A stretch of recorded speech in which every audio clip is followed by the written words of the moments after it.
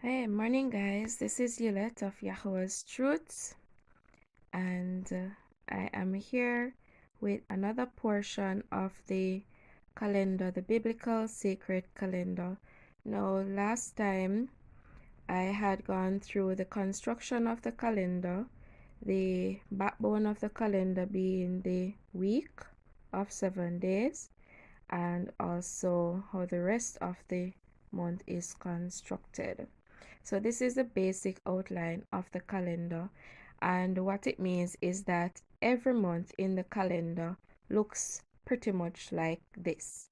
The only difference is that there may be months with 29 days or 30 days. That's basically the only difference. Now I want to go a little further today with the continuation of how the rest of the calendar would be constructed. There are things to note in how it's constructed in terms of how the months transition and in terms of the years, 12-month years and 13-month years, right? So now I'm going to go into how the months transition. So if this is the first month, how do we get to the second month? All right, so now just to do a quick recap. Okay, so the month begins on the fourth day of the week and reference Genesis 1:14 to 19. Then the first Sabbath day of each month will occur 3 days after New Moon Day.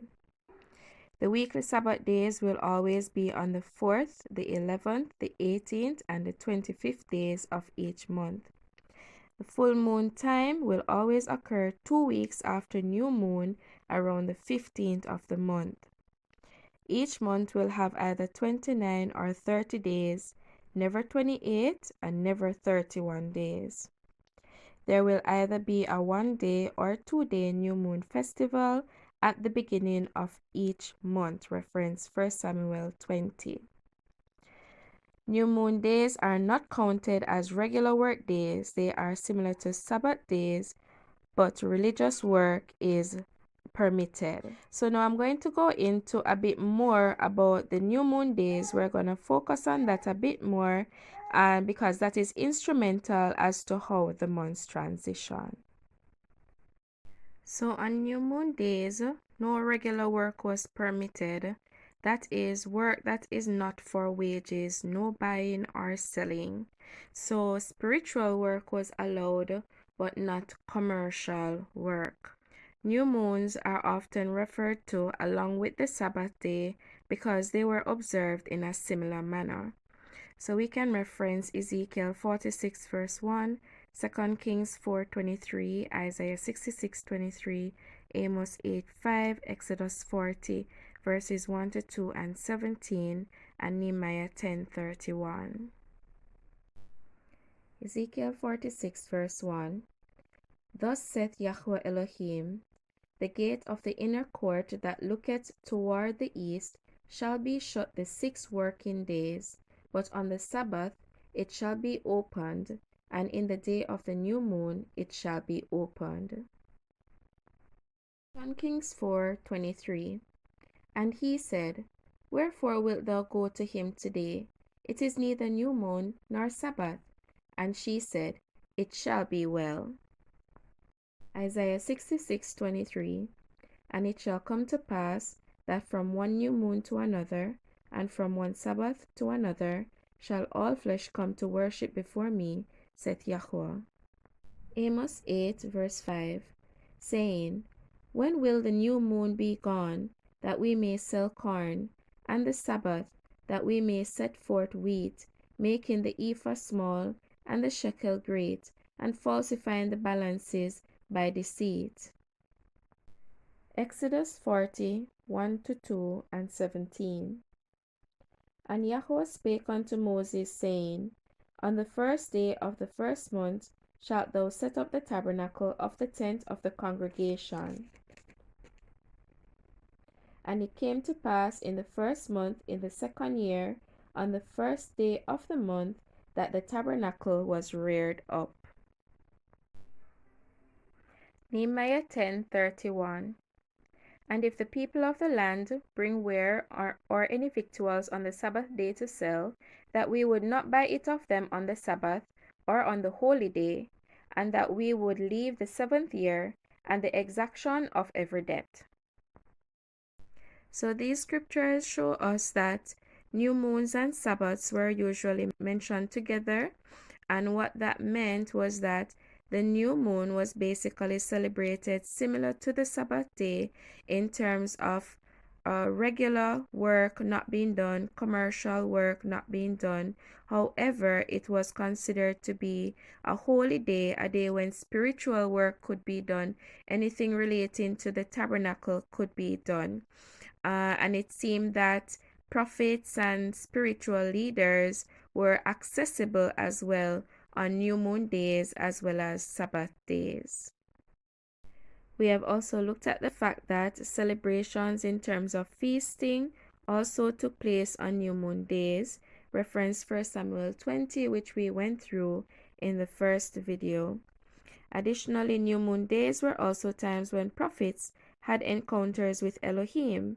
So we'll look at Haggai 1, 1-2, Ezekiel 26 verses 1-2, and Ezekiel 31, 1-2. Haggai 1, 1-2.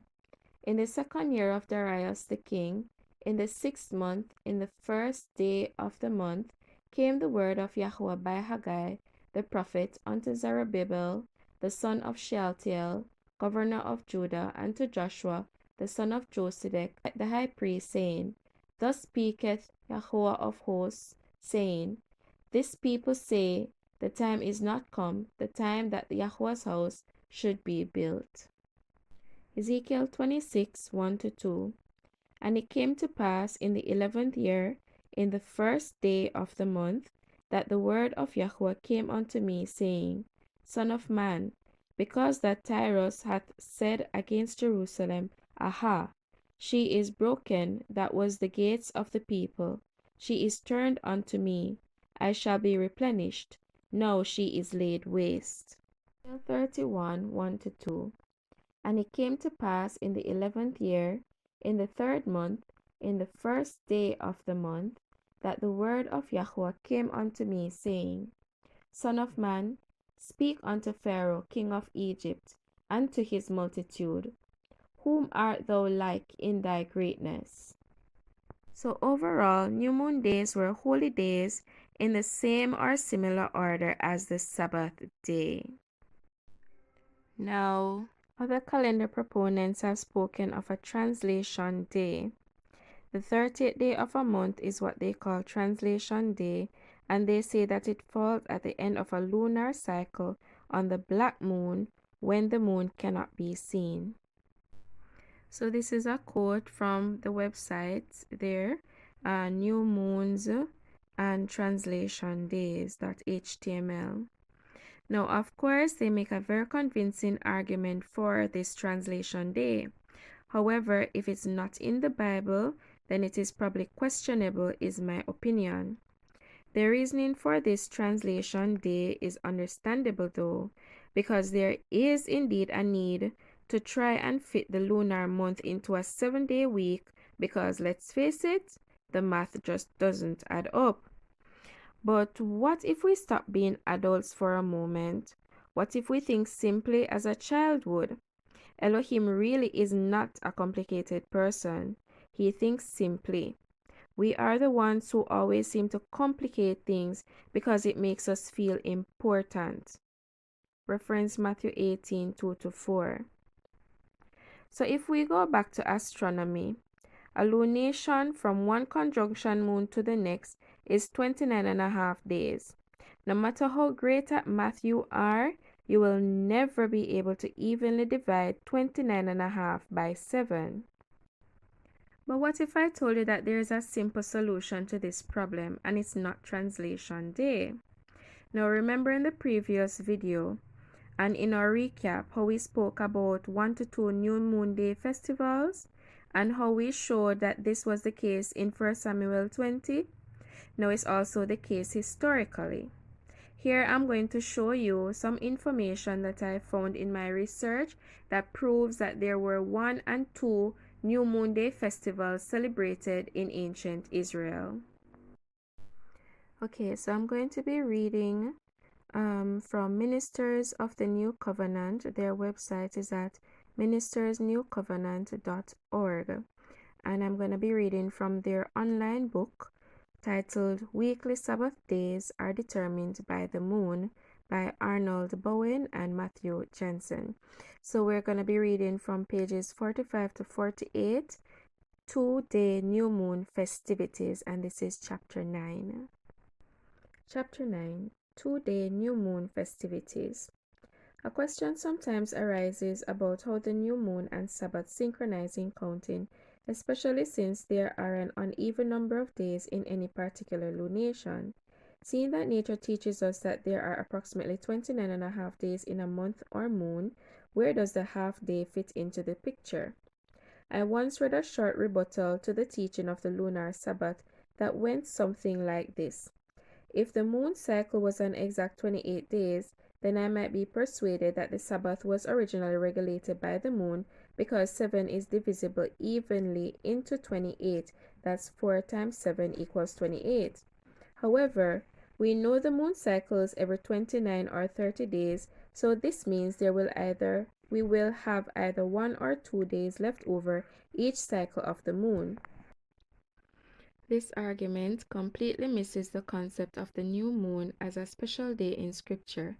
If we ignore the moon, as the authors of this book did for many years, then yes, it does seem that the Sabbath will not fit into a 29 or 30-day cycle.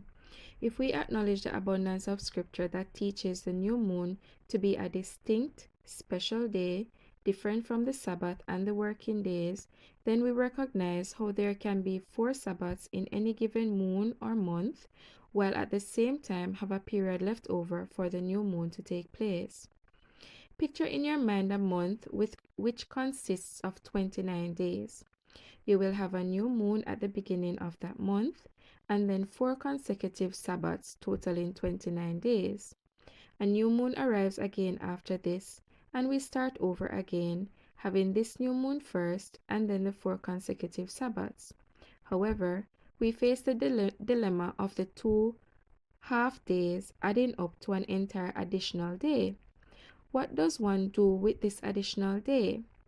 This last 29th day, Sabbath, would be followed by day 30 and then day 1. These days do not necessarily have to be counted as day 30 and day 1, but rather as a 2-day festival of the new moon. At first, many think of this as silly or illogical, but let us examine some thoughts and most importantly some scriptures in light of this 2-day feast. The Encyclopedia Biblica states on this issue. At a new moon, the clans also were accustomed to hold their yearly family sacrifices. So, for example, the Bethlehemite clan to which David belonged in 1 Samuel 20, verse 6. The second day of the new moon seems also to have been solemnly observed, 1 Samuel 20, verse 27. The story related in 1 Samuel 20 shows us clearly what importance was attached to the feast. It was permissible for no one to absent himself from court on this occasion without adequate reason. Now, as to the footnote, Philo, in his work titled On the Creation, pages 81 and 83, Colson Whitaker translation states, the circuits of the moon begin at 1 and add each number up to 7, and it produces 28. This is a perfect number and equal to the sum of its own factors, and the number produced is the number which brings the moon back to her original form, as she retraces her course by lessening till she reaches the shape from which she began to make perceptible increase. For she increases from her first shining as a crescent till she becomes a half moon in 7 days. Then in as many more she becomes full moon, and again returns the same way like a runner in the double race course, from the full to the half moon in 7 days as before, then from the half to the crescent in an equal number of days. These 4 sets of days complete the aforesaid number. Notice here that Philo speaks of the number 28 being produced, but he leaves out the conjunction or the period of time known as the new moon. Elsewhere in his work titled The Special Laws, 1, page 201, Colson translation, he writes, in the first 7 from the conjunction, we have the half moon, in the second the full moon, and when she is reversing her course, she passes first into the half moon and then dies away into the conjunction. Here, Philo includes the conjunction or new moon period and does not speak of the number 28 because of his inclusion of the period of the new moon, a period having the sum of either 29 or 30 days. A few paragraphs down in this same encyclopedia, we read the following. There seems to be in 1 Samuel 20 verse 27 compared with verses 18-24 that in old times the feast of the new moon lasted 2 days. We find yet another reference to what may be a vestige left of this ancient observance mentioned in the book A Treasury of Jewish Holidays, which states, the Jewish month, which is in accordance with the lunar and not the solar calendar, consists either of 29 or 30 days. When the previous month has 29 days, only 1 day of Rosh Chodesh, new moon, is observed. When the preceding month has 30 days, 2 days of Rosh Chodesh, new moon, are observed, the first day of which is the 30th day of the preceding month. Yet another reference to this is found in the popular Erdmann's Bible Dictionary. The festive nature of the new moon is suggested by the 2 days of feasting hosted by Saul, 1 Samuel 20 verse 5, 18, 24-27. Zvi Khan writes this concerning the 2-day festival of the new moon.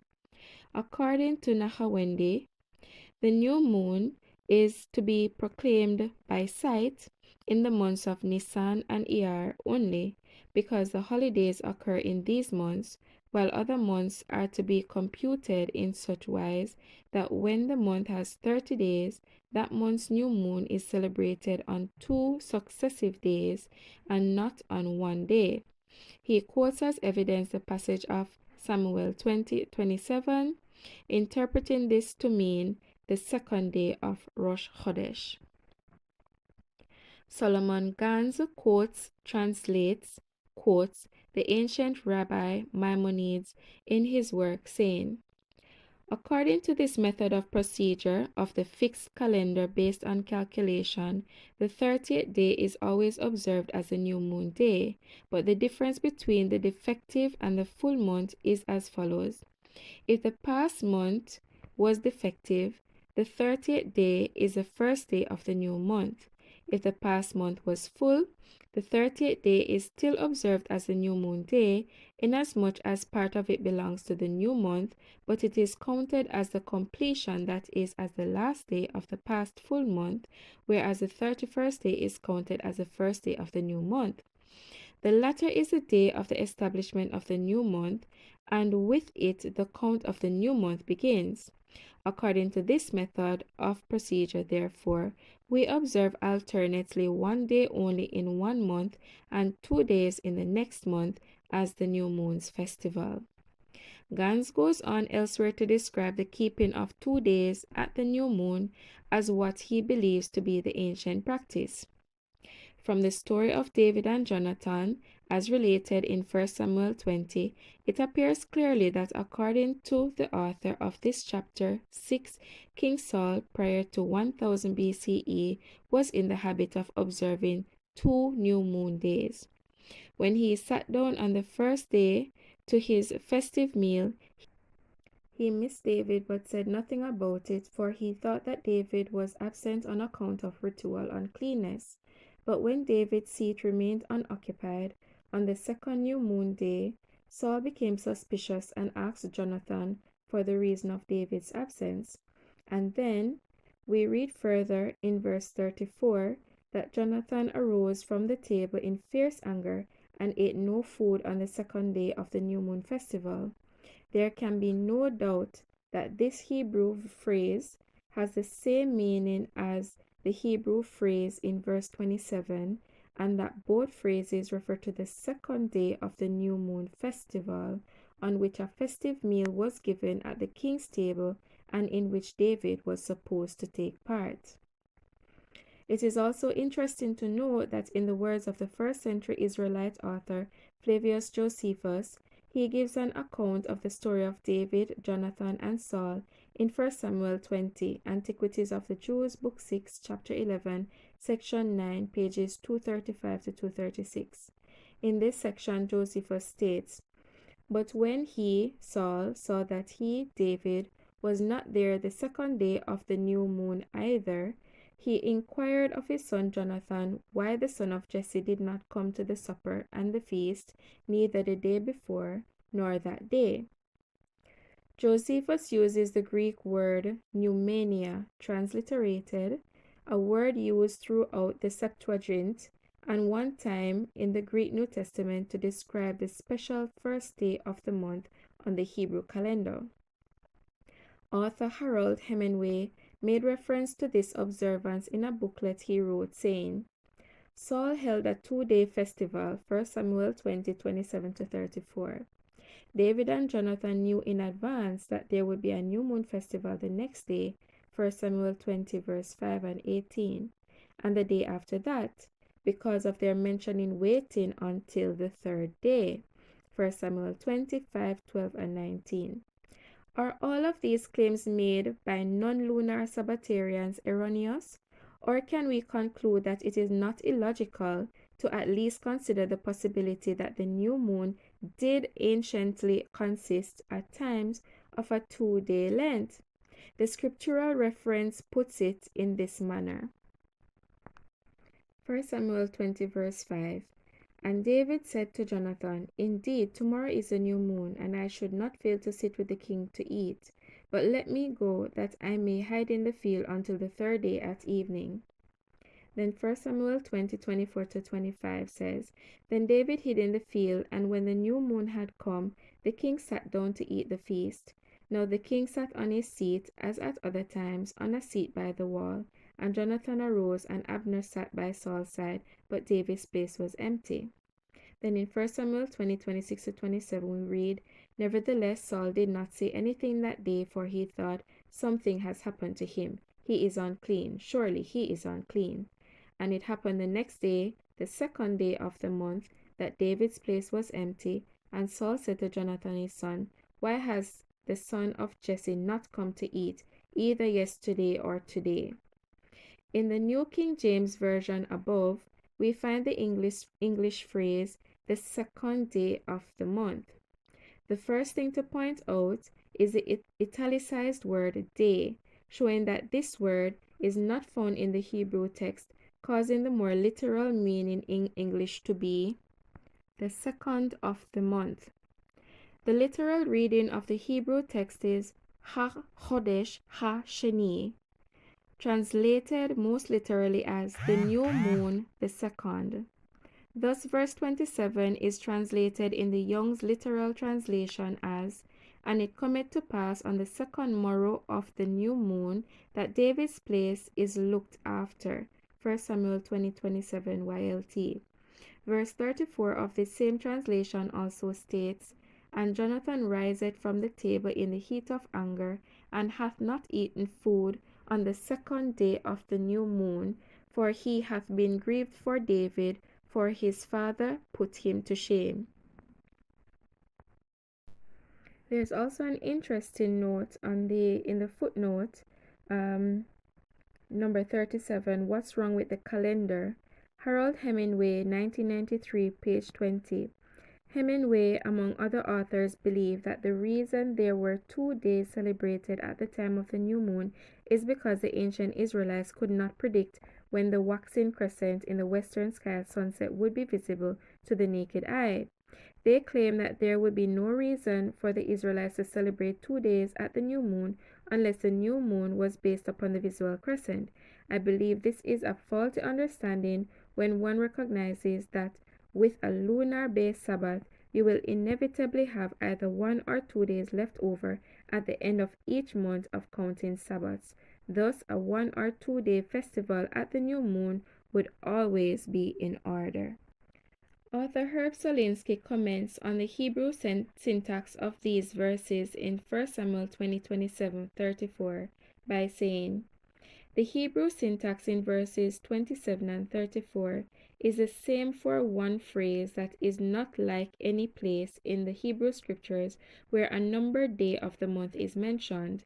The Hebrew word order is the Chodesh, the second, which occurs that way 4 times in the Hebrew Bible.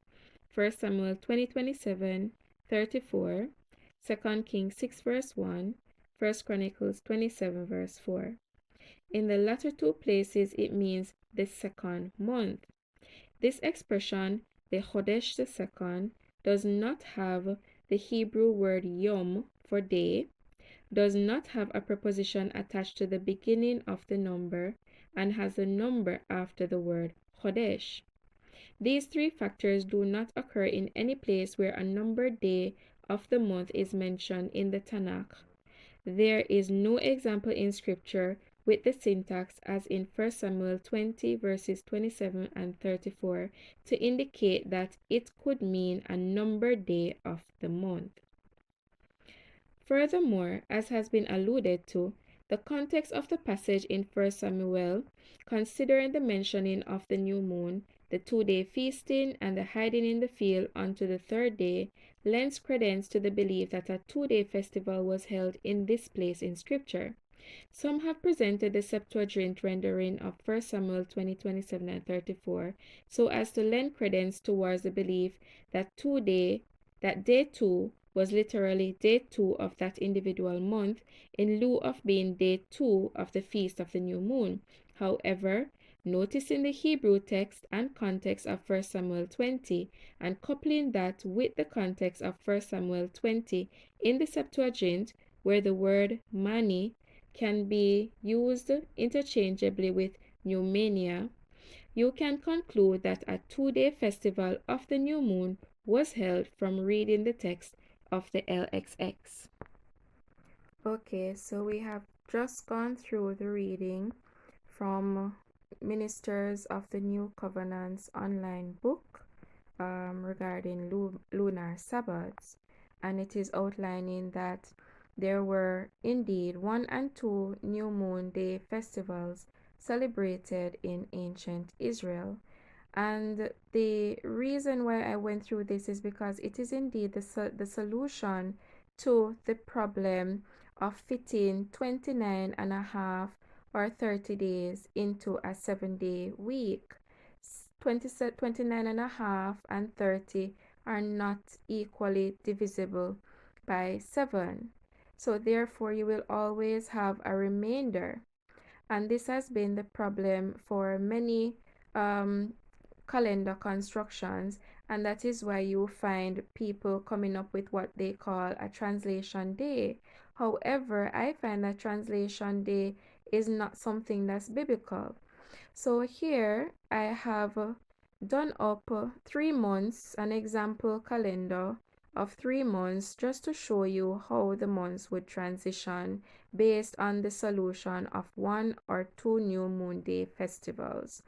So these months are not actual literal months with number of days. I have just done this so you can see how the transitions would be for a month with 30 days and a month with 29 days.